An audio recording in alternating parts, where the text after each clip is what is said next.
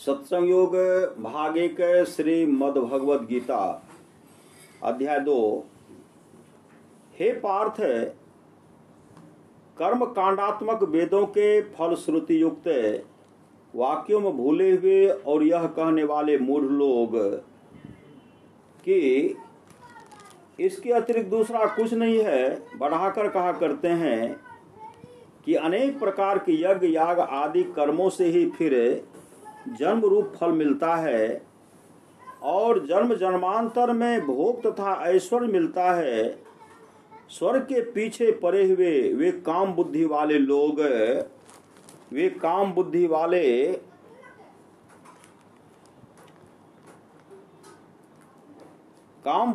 लोग, उल्लिखित भाषण की ओर ही उनके मन आकर्षित हो जाने से भोग और ऐश्वर्य में ही गर्क रहते हैं। इस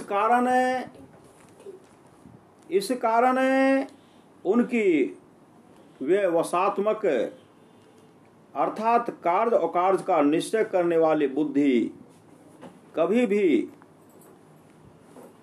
समाधिस्थ अर्थात एक स्थान में स्थित नहीं रह सकती। हे अर्जुन, कर्म कांडात्मक वेद इस रीति से त्रैगुण की बातों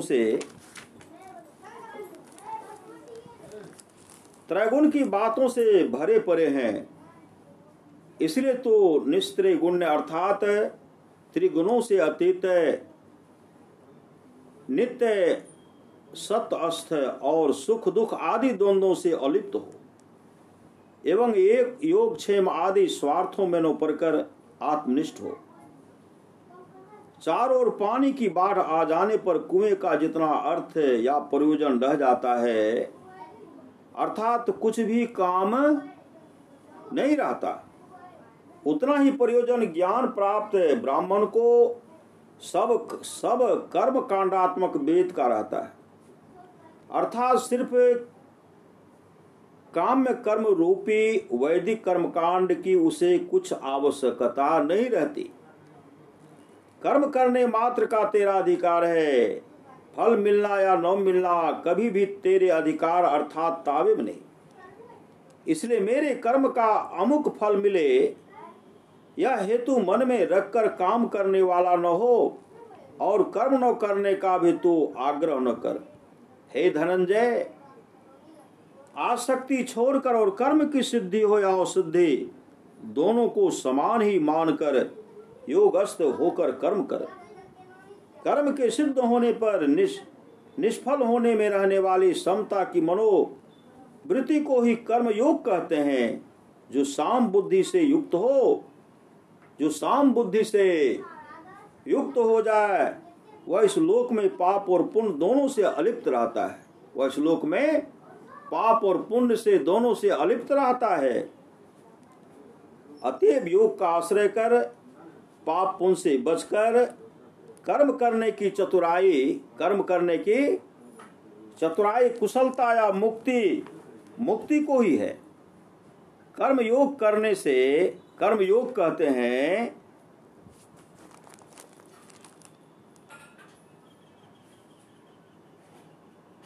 कर्मयोग कहते हैं नाना प्रकार के वेद वाक्यों से घबराई हुई तेरी बुद्धि जब समाधि वृत्ति में अस्थिर और निश्चल होगी तब यह साम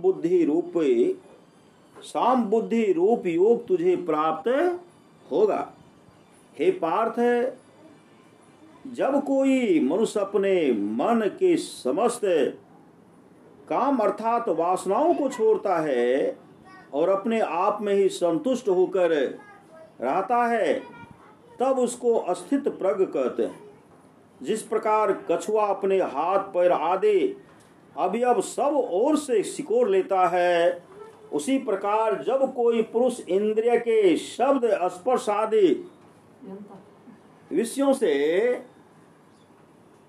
से अपनी इंद्रियों को खींच लेता है तब कहना चाहिए कि जिसकी बुद्धि अस्थिर हुई सब लोगों की जो रात है उसमें अस्थित प्रज्ञ जागता है और जब समस्त प्राणी मात्र जागते रहते हैं तब इस ज्ञानवान पुरुष को रात मालूम होती है। अध्याय 3, जो मूढ़ हाथ पैर आदि कर्म इंद्रियों को रोककर मन से इंद्रियों के विषयों का चिंतन क्या करता है उसे मिथ्याचारी अर्थात दाम्भिक कहते हैं। अनासक्ति योग में दाम्भिक कहते हैं।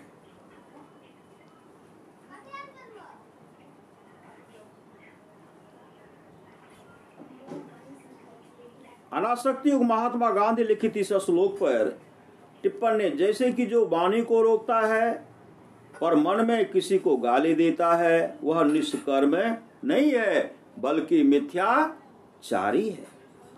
इसका यह तात्पर्य नहीं है कि जब तक मन न रोका जा सके तब तक शरीर को रोकना निरर्थक।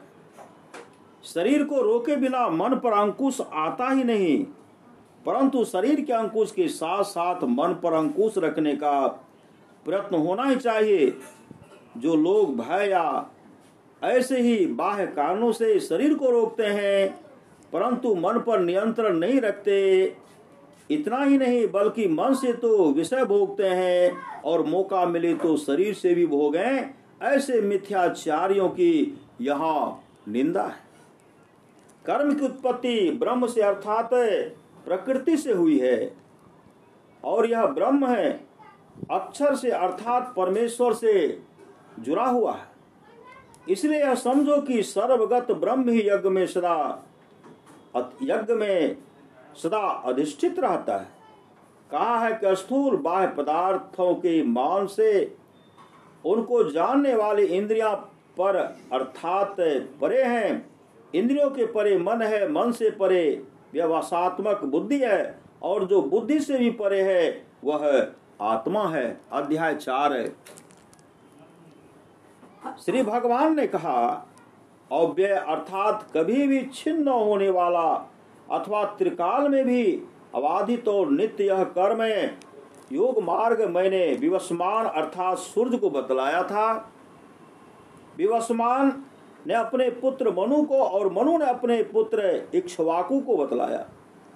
ऐसी परंपरा से प्राप्त इस योग को राज ऋषियों ने जाना, परंतु हे शत्रुतापन अर्जुन, दीर्घकाल के अनंतर वही योग इस लोक में नष्ट हो गया।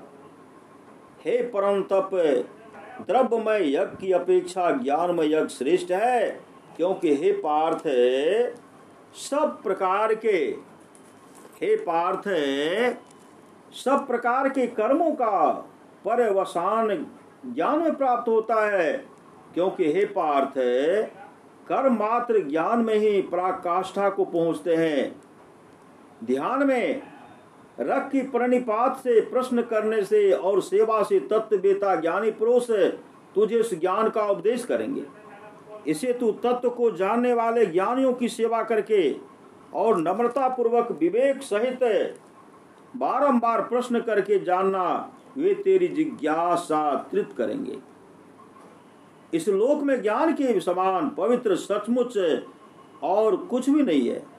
काल पाकर उस ज्ञान को वह पुरुष आप ही अपने में प्राप्त कर लेता है, जिसका योग अर्थात कर्म योग सिद्ध हो गया है। जो श्रद्धावान पुरुष इंद्रिय संयम करके उसी के पीछे पड़ा रहे, तो मैं उसे भी यह ज्ञान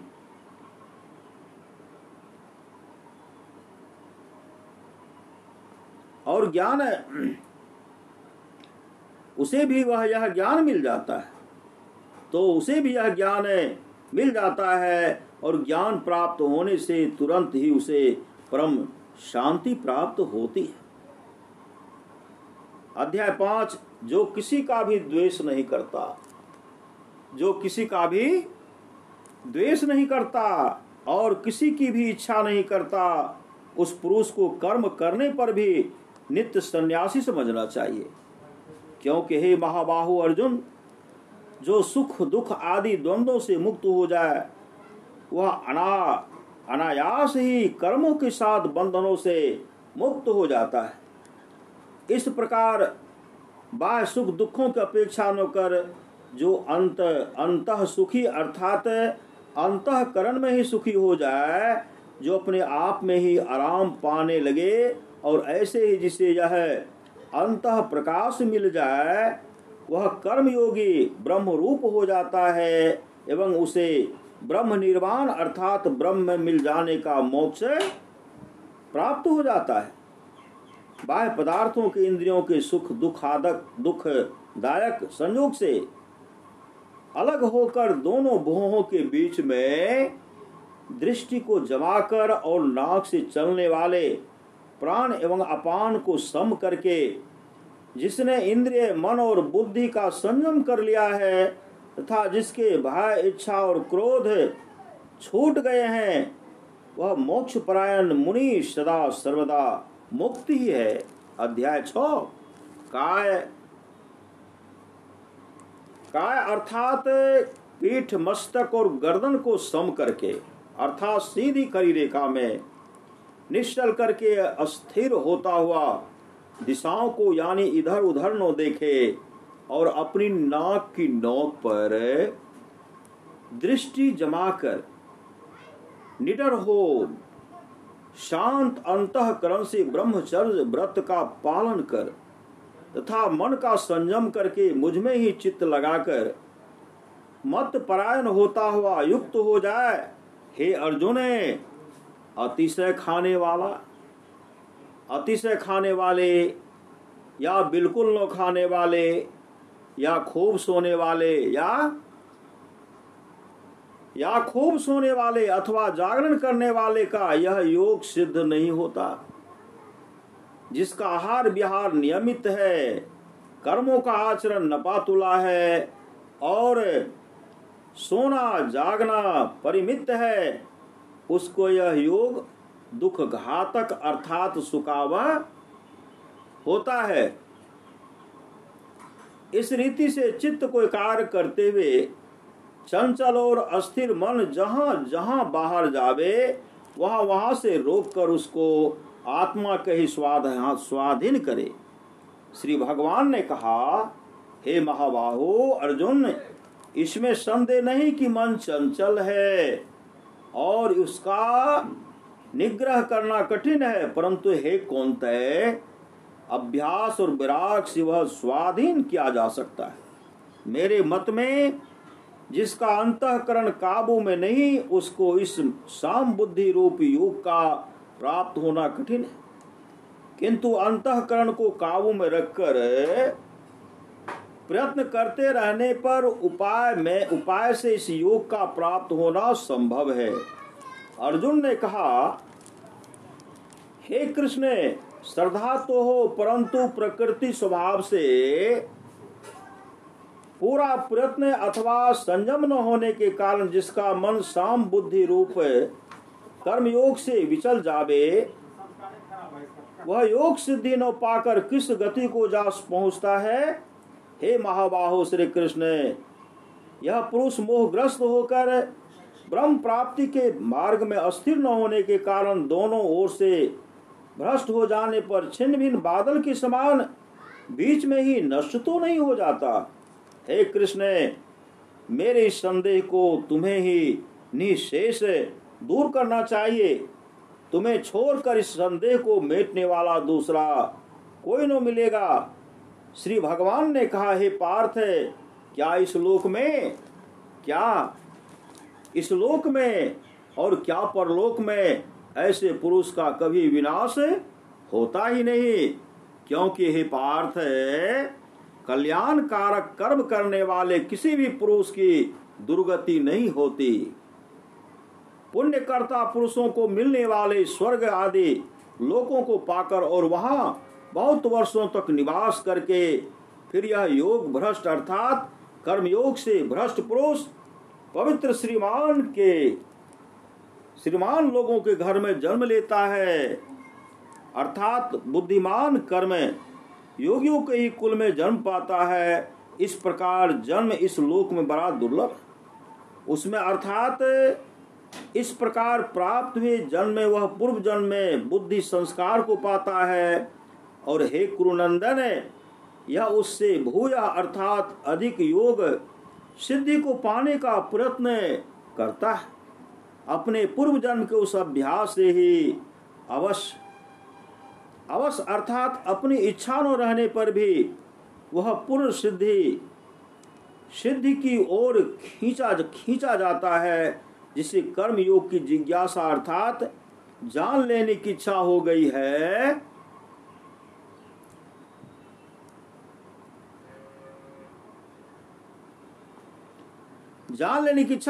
वह भी शब्द ब्रह्म के परे चला जाता है। इस प्रकार प्रयत्न पूर्वक उद्योग करते करते पापों से शुद्ध होता हुआ कर्मयोगी अनेक जन्मों का अंतर सिद्धि पाकर अनजन्म में उत्तम गति पा लेता है। तपस्वी लोगों की अपेक्षा कर्मयोगी श्रेष्ठ है, ज्ञानी पुरुषों की अपेक्षा भी श्रेष्ठ है और कर्म कांड वालों की अपेक्षा भी श्रेष्ठ समझा जाता है। इसलिए हे अर्जुन, तू योगी अर्थात कर्मयोगी हो, तथापि सब कर्म योगियों में मैं उसे ही सबसे उत्तम युक्त अर्थात उत्तम सिद्ध कर्मयोगी समझता हूँ कि जो मुझ में अंतःकरण रखकर श्रद्धा से मुझको भजता है। अध्याय 7। पृथ्वी, जल, अग्नि, वायु, आकाश, मन, बुद्धि और अहंकार, इन 8 प्रकारों में मेरी प्रकृति विभाजित। यह अपरा अर्थात निम्न श्रेणी की प्रकृति है। हे महाबाहु अर्जुन, यह जानो कि इसमें भिन्न जगत को धारण करने वाली परा अर्थात उच्च श्रेणी की जीवन रूपा मेरी दूसरी प्रकृति है। समझ रखो कि इन दोनों से सब प्राणी उत्पन्न होते हैं। सारे जगत का प्रभाव अर्थात मूल और प्रलय अर्थात अंत मैं ही हूँ। हे भरत श्रेष्ठ अर्जुन, 4 प्रकार के पुण्यात्मा लोग मेरी भक्ति क्या करते हैं? 4 प्रकार के पुण्यात्मा लोग मेरी भक्ति क्या करते हैं? आर्त अर्थात रोग से पीड़ित, जिज्ञासु अर्थात ज्ञान प्राप्त कर लेने की इच्छा रखने वाले, अर्थार्थी अर्थात द्रव्य आदि काम वासनाओं को मन में रखने वाले, और ज्ञानी अर्थात परमेश्वर का ज्ञान पाकर कृतार्थ हो जाने से आगे कुछ प्राप्त न करना हो तो भी निष्काम बुद्धि से भक्ति करने वाले। इनमें एक भक्ति अर्थात अनन्य भाव से भरी भक्ति करने वाले और सदैव युक्त यानी निष्काम बुद्धि से बरतने वाले ज्ञानी की योग्यता विशेष है। ज्ञानी को मैं अत्यंत प्रिय हूँ और ज्ञानी मुझे अत्यंत प्रिय है। ये सभी भक्त उदार अर्थात अच्छे हैं, परंतु मेरा मत है कि इनमें ज्ञानी तो मेरी आत्मा ही है, क्योंकि युक्त चित्त होकर सबकी उत्तमोत्तम गति स्वरूप मुझ में ही वह ठहरा रहता है। और बुद्धि अर्थात मूढ़ लोग मेरे श्रेष्ठ उत्तमोत्तम और अव्यय रूप को न जानकर मुझे अव्यक्त को ही व्यक्त हुआ मानते हैं। मैं अपनी योग रूप माया से आच्छादित रहने के कारण सबको अपने स्वरूप से प्रकट नहीं दिखता। मूढ़ लोग नहीं जानते कि मैं अज और अव्यय हूँ। अध्याय 8। हे पार्थ, चित्त को दूसरी ओर न जाने देकर अभ्यास की सहायता से उसको अस्थिर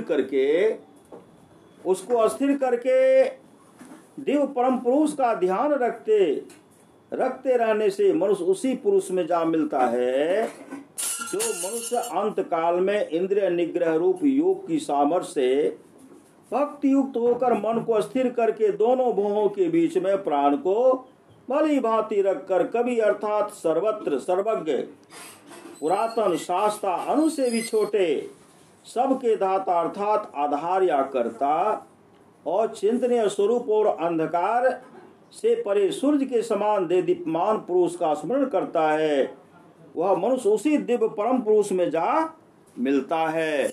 हे अर्जुन, ब्रह्मलोक तक स्वर्ग आदि जितने लोक हैं वहां से कभी न कभी इस लोक में पुनरावर्तन अर्थात लौटना पड़ता है।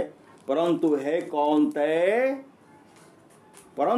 कौन्तेय, मुझ में मिल जाने से पुनर्जन्म नहीं होता। ब्रह्मदेव के दिन का आरंभ होने पर अव्यक्त से सब व्यक्त पदार्थ निर्मित होते हैं और रात्रि होने पर उसी पूर्वोक्त अव्यक्त में लीन हो जाते हैं। किंतु इस ऊपर बतलाए हुए अव्यक्त से परे दूसरा सनातन अव्यक्त पदार्थ है कि जो सब भूतों के नाश होने पर भी नष्ट नहीं होता, जिस अव्यक्त को अक्षर भी कहते हैं, जो परम अर्थात उत्कृष्ट या अंत की गति कहा जाता है और जिसे पाकर फिर जन्म में लौटते नहीं है, वही मेरा परम स्थान है। अध्याय 9। देवताओं का व्रत करने वाले देवताओं के पास, पितरों का व्रत करने वाले पितरों के पास है। भिन्न भिन्न भूतों को मानने वाले उन भूतों के पास जाते हैं और मेरा भजन करने वाले मेरे पास आते हैं। बड़ा दुराचारी क्यों न हो, यदि वह मुझे अनन्य भाव से भजता है तो उसे बड़ा साधु ही समझना चाहिए, क्योंकि उसकी बुद्धि का निश्चय अच्छा रहता है। वह जल्दी धर्मात्मा हो जाता है, वह जल्दी धर्मात्मा हो जाता है और नित्य शांति पाता है।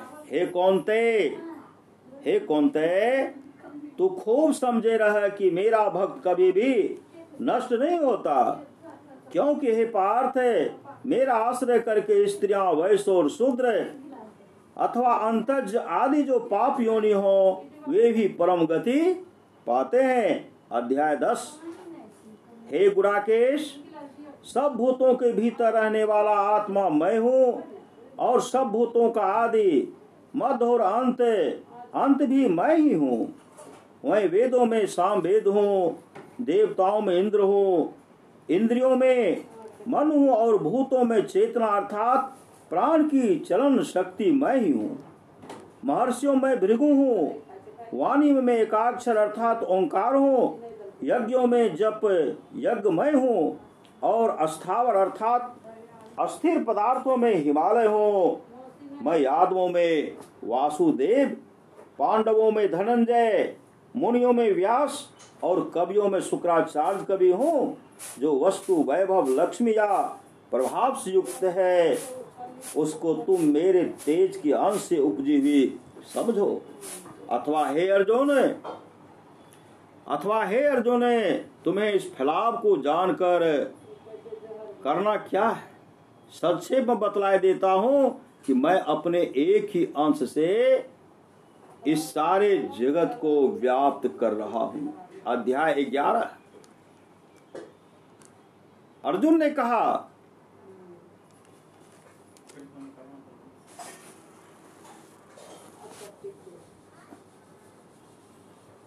अध्याय 11। अर्जुन ने कहा, हे महात्मन, तू ब्रह्म देव के भी आदि कारण और उससे भी श्रेष्ठ हो, तुम्हारी वंदना वे कैसे न करेंगे? हे अनंत, हे देव, हे जगन निवास, सत और असत तुम ही हो और इन दोनों से परे जो अक्षर है वह भी तुम ही हो। तुम आदि देव, तुम पुरातन पुरुष, तुम इस जगत के परम आधार, तुम ज्ञाता और ज्ञेय तथा तुम श्रेष्ठ स्थान हो। और हे अनंत रूप, तुम ही ने इस विश्व को विस्तृत अथवा व्याप्त किया है। अध्याय 12। जो किसी से द्वेष नहीं करता, जो सब भूतों के साथ है, मित्रता से बरतता है, जो कृपालु है, जो ममत्व बुद्धि और अहंकार से रहित है, जो दुख और सुख में समान एवं क्षमाशील है, जो सदा संतुष्ट है, संयमी तथा दृढ़ निश्चयी है, जिसने अपने मन और बुद्धि को मुझ में अर्पण कर दिया है, वह मेरा कर्मयोगी भक्त मुझको प्यारा है। वह कर्मयोगी भक्त मुझको प्यारा है, जिससे न तो लोगों को क्लेश होता है और न जो लोगों से क्लेश पाता है, ऐसे ही जो हर्ष, क्रोध, भय और विषाद से अलिप्त है वही मुझे प्रिय है। मेरा वही भक्त मुझे प्यारा है कि जो निरपेक्ष, पवित्र और दक्ष है, अर्थात किसी भी काम को आलस छोड़कर करता है, जो फल के विषय में उदासीन है, जिसे कोई भी विकार डिगा नहीं सकता, और जिसने काम फल के सब आरंभ यानी उद्योग छोड़ दिए हैं, जो न आनंद मानता है न द्वेष करता है, जो न शोक करता है और न इच्छा रखता है, जिसने कर्म के शुभ और अशुभ फल छोड़ दिए हैं, वह भक्तिमान पुरुष मुझे प्रिय है। जिसे शत्रु और मित्र, मान और अपमान, सर्दी और गर्मी, सुख और दुख समान है, और जिसे किसी में भी आसक्ति नहीं है, जिसे निंदा और स्तुति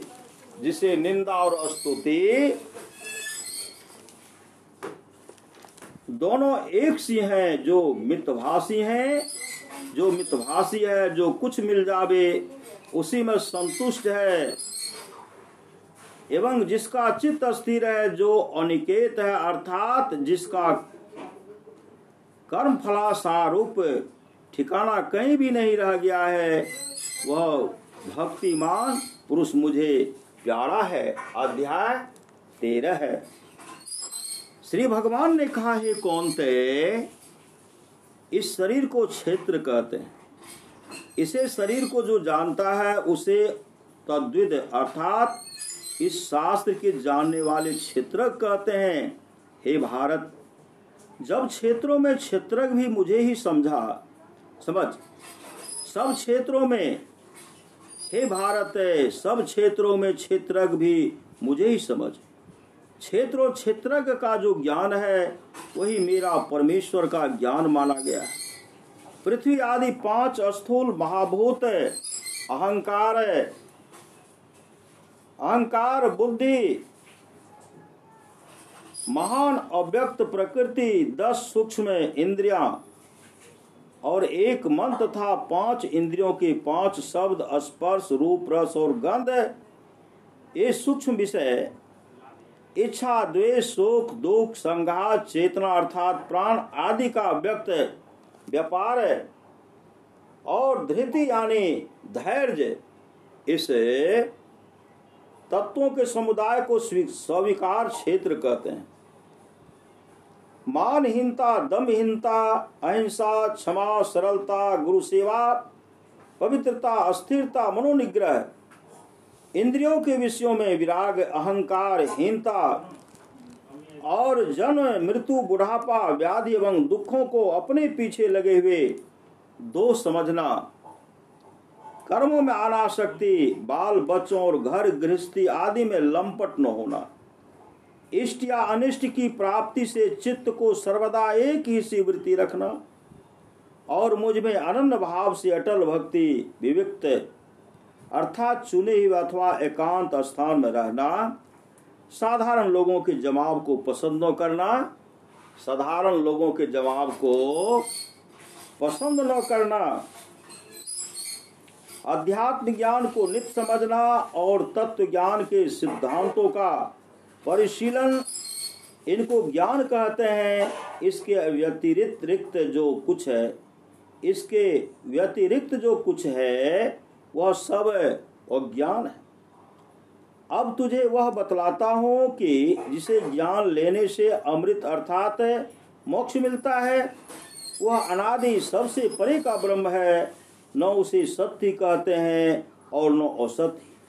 प्रकृति और पुरुष दोनों को ही अनादि समझ है। विकार और गुणों को प्रकृति से भी उपजा हुआ जान है।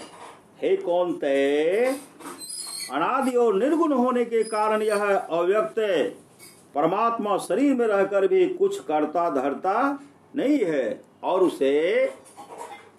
उसे किसी भी कर्म का लेप अर्थात बंधन नहीं लगता। अध्याय 14। सत्य गुण के उत्कर्ष काल में यदि प्राणी मर जावे तो उत्तम तत्व जानने वालों के अर्थात देवता आदि के निर्मल स्वर्ग प्रवृत्ति लोक उसको प्राप्त होते हैं। अध्याय 15। जीवलोक कर्म भूमि में मेरा ही सनातन अंश जीव होकर प्रकृति में रहने वाली मन सहित 6 अर्थात मन और 5 सूक्ष्म इंद्रियों को अपनी ओर खींच लेता है। इसी को लिंग शरीर कहते हैं। इसी प्रकार प्रयत्न करने वाले लोग योगी अपने आप में स्थित आत्मा को पहचानते हैं, परंतु वे अज्ञ लोग कि जिनकी आत्मा अर्थात बुद्धि संस्कृत नहीं है, प्रयत्न करके भी उसे नहीं पहचान पाते। इस लोक में क्षर और अक्षर 2 पुरुष हैं। सब नाशवान भूतों को क्षर कहते हैं और कुटस्थ को अर्थात इन सब भूतों के मूल कूट में रहने वाले प्रकृति रूप अव्यक्त तत्व को अक्षर कहते हैं। परंतु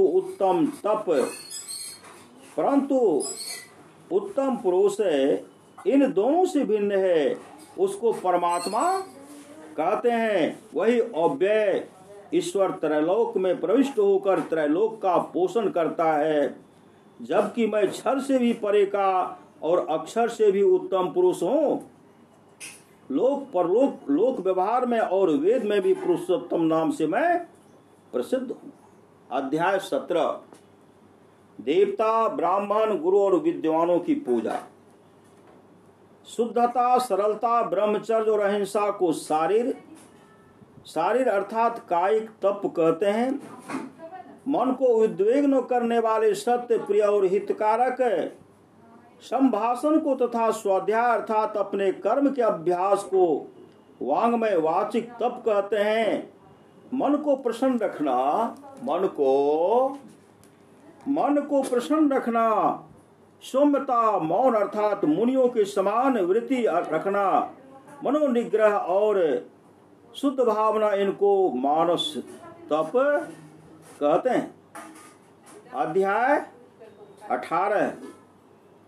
जिस ज्ञान से यह मालूम होता है कि विभक्त अर्थात भिन्न सब प्राणियों में एक ही अभिभक्त है और अव्यय भाव अथवा तत्व है, उसे सात्विक ज्ञान जानो। शुद्ध बुद्धि से युक्त होकर के धैर्य से आत्म संयम कर शब्द आदि इंद्रियों के विषयों को छोड़कर और प्रीति एवं द्वेष को दूर कर विविक्त अर्थात चुने अथवा एकांत स्थल में रहने वाला मिताहारी काया वाचा और मन को वश में रखने वाला, नित्य ध्यान युक्त और विरक्त तथा अहंकार, बल, दर्प, काम, क्रोध और परिग्रह अर्थात पास को छोड़कर शांत एवं ममता से रहित मनुष्य ब्रह्मभूत होने के लिए सामर्थ होता है। हे अर्जुन, ईश्वर सब प्राणियों के हृदय में रहकर अपनी माया से प्राणी मात्र को ऐसे घुमा रहा है मानो सभी किसी यंत्र पर चढ़ाए गए हों। श्रीमद् भागवत स्कंद 10 पूर्वार्ध है।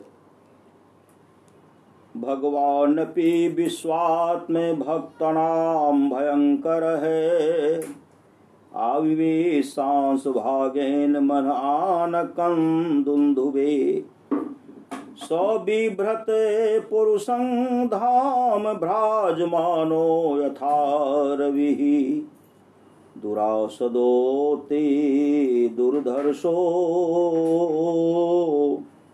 भूतानां संभुवः, ततो जगन्मंगलं च्युतांसं समाहितं सुरसुतेन देवी, दधार सर्वात्मकम् आत्मभूतं काष्ठा यथानंदकरं मनस्तः सा देवकी सर्वजगन्निवास भूवता नेत्रांगनुरेजे भोजेन्द्र गेहेने शिखे वृद्धा सरस्वती ज्ञान खले यश सती। वे भगवान वसुदेव जी के मन में अपनी समस्त कलाओं के साथ प्रकट हो गए। भगवान की ज्योति को धारण करने के कारण वसुदेव जी सूर्य के समान तेजस्वी हो गए। भगवान के उस ज्योतिर्मय अंग को, जो जगत का परम मंगल करने वाला है, वसुदेव जी के द्वारा आधान किए जाने पर देवी देवकी ने ग्रहण किया। भगवान सारे जगत के निवास स्थान है, देवकी उनका भी निवास स्थान बन गए। निशिथे तम उद्भूते जायमाने जनार्दने देवक्यांग देवरूपिण्यां विष्णु सर्वगुहाशयः आविरासीद यथा प्राच्यां दिशं दूरी पुष्कल है। जनार्दन के अवतार का समय निश्चित था, चारों ओर अंधकार का साम्राज्य था। उसी समय सबके हृदय में विराजमान भगवान विष्णु देव रूपनी देवकी के गर्भ से प्रकट हुए।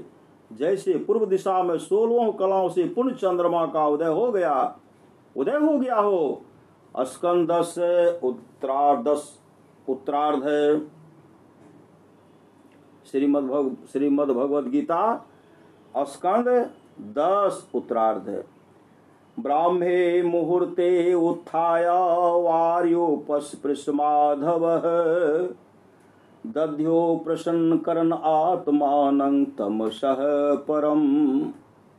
भगवान से कृष्ण प्रतिदिन ब्राह्म मुहूर्त में ही उठ जाते और हाथ मुंह धोकर अपने मायातीत आत्म स्वरूप का ध्यान करने लगते। उस समय उनका रोम रोमानस से खील उठता था।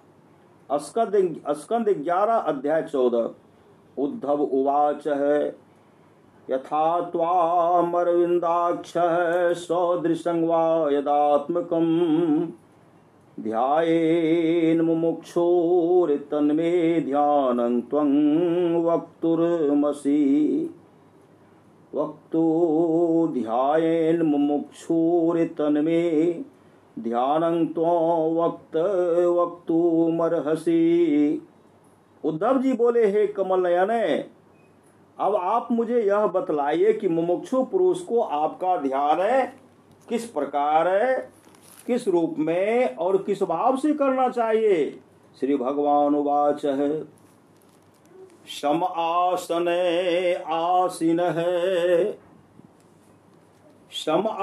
आसीनः समकायो यथा सुखम हस्तावूत संग आधाय स्वनासाग्र कृते क्षण है।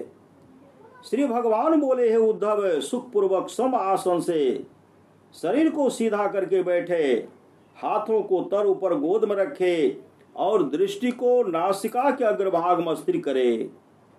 हृदय विच्छिन्नमोंकारं घंटानादं विशोर्णवत्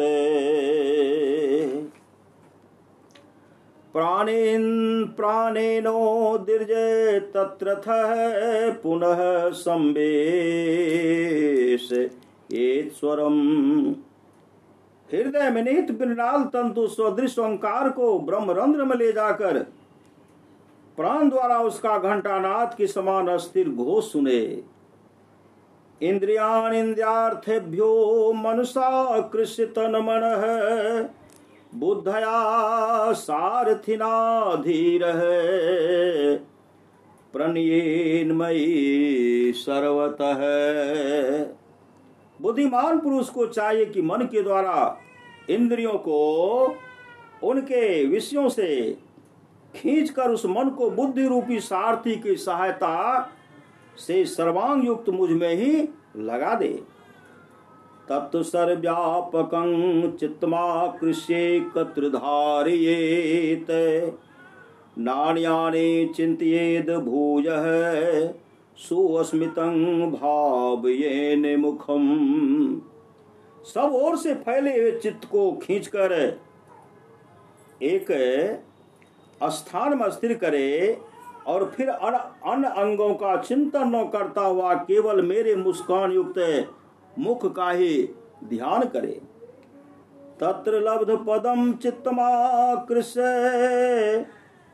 व्योमनि धार्येत तच्च त्यक्त्वा मदारोहो नो किंचिदपि चिंतयेत। मुखार बिंद में चित्त के अस्थिर हो जाने पर उसे वहां से हटाकर आकाश में अस्थिर करे, तदंतर उसको भी त्याग कर मेरे शुद्ध स्वरूप में आरूढ़ हो और कुछ भी चिंता न करे। एवं समाहितम तिमातीर्मामेवात्मात्मनि विचष्टे मयि सर्वात्मन ज्योतिर्ज्योतिषी संयुतम। इस प्रकार चित्त के वशीभूत हो जाने पर जिस प्रकार एक ज्योति में दूसरी ज्योति मिलकर एक हो जाती है, उसी प्रकार अपने में मुझको और मुझ सर्वात्मा में अपने आप को देखता है। ध्याने नेथं सुति ब्रेने युंजतो योगिनो मनः संन्यास्त्यासु निर्वाणं द्रव्य ज्ञान क्रिया भ्रमः। इस प्रकार तीव्र ध्यान योग के द्वारा चित्त का संयम करने वाले योगी के चित्त का द्रव्य ज्ञान और कर्म संबंधी भ्रम शीघ्र ही निवृत्त हो जाता है। शब्द ब्रह्म सुदूर बोधं प्राण इंद्रिय मनोमयम अनंत पारं गंभीरे श्री सद्गुरु महाराज की जय। अनंत पारम गंभीरम दुर्विगाहं समुद्रे वते। शब्द ब्रह्म अत्यंत दुर्बोध है, श्री सद्गुरु महाराज की जय। शब्द ब्रह्म अत्यंत दुर्बोध है, वह प्राणमय, मनोमय और इंद्रियमय तीन प्रकार का है तथा समुद्र के समान अनंत पार गंभीर और कठिनता से पार किए जाने योग्य है।